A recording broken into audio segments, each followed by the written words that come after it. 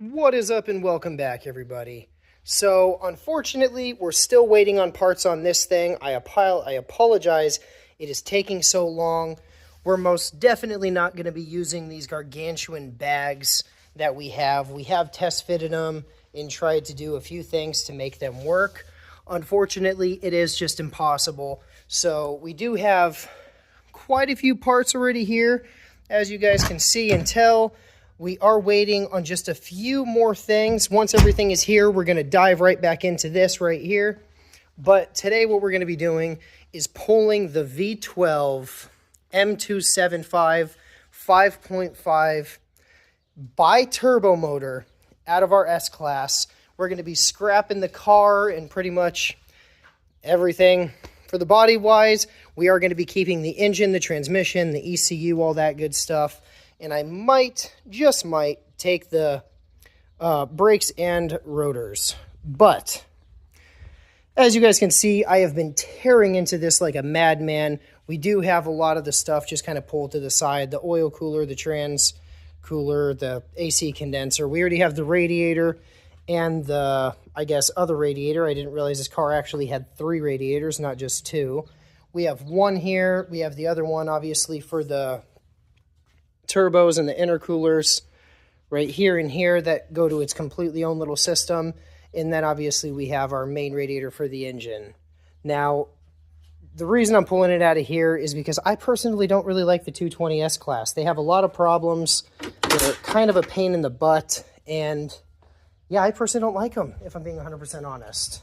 So we're going to be tearing this thing apart, getting this thing taken out, and hopefully by the time I'm done doing this in the next day, all of my parts should be here for this, and we're going to hop back on this project because this is something I really want to do, and this is going to be a lot of fun. This, not so much. But it has to get done, so let's go ahead and just dive right in and keep tearing this thing apart.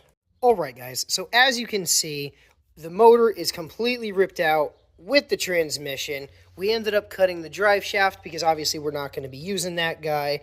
I have to take the wiring out still, the ECU, all that good stuff, the dash, the EIS. I'm pretty sure that's what it's called, is the EIS. And then obviously I need to push back up this subframe a little bit. Mount it, my goodness, talk about a tongue twister. Mount it back up to the chassis of the car because I still need to do quite a few things. I'm going to be taking the rotors, the calipers, the brakes, obviously, in the front and in the rear on this car because you never know who might need them someday. And like I said, we are going to be scrapping the whole car. Obviously, I have somebody that's going to be grabbing a bunch of the interior pieces, and I do have a few people that for some reason would love to have the emblems on this car, so why not? But other than that, we did get the motor pulled, and we have it just chilling right here. And you guys want to see something freaking crazy? Look at the size of these friggin' catalytic converters. I mean, these things are huge, man. They're probably like 6.5, 7 inch in diameter, and they're about 6 inches long. Hello, Simba. How are you, buddy? Would you like to say hello? Say hello. But yes, those things are freaking gargantuan. I didn't realize on how big they were. I was like, holy crap, when I removed this one. Unfortunately, I did have to remove this one on this side because every time we kept trying to pull it, it was obviously hitting our steering shaft. But other than that, it was fairly easy, just extremely friggin' time consuming. And I did not realize on how many freaking vacuum lines and hoses and just stuff is back here. I mean, it's freaking insane. We're definitely going to be cleaning this thing up like night and day difference. Unfortunately, the front is going to be staying the same for the most part. I will be changing, obviously, the power steering pump because the car that this is going to be going in is not going to be using that setup, as well as this water-cooled alternator. I'm pretty sure I'm not going to need it. I mean, yeah, I'm pretty sure that's going to have to go too. Everything was working when the car was pulled, obviously, or else I wouldn't be using it personally. And another thing that I thought was kind of crazy, look how tiny these little manifolds are. I'm talking, this is like, I mean, I can't believe how small it is. So yeah, we're definitely going to be upgrading a bunch of stuff on this motor.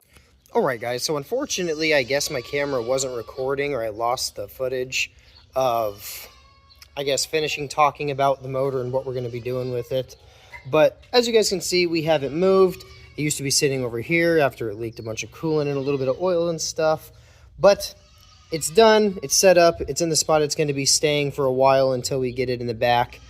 But this car is officially gutted and taken apart. We have, obviously, the calipers off this thing now, and we have a bunch of the nice wood trim taken off.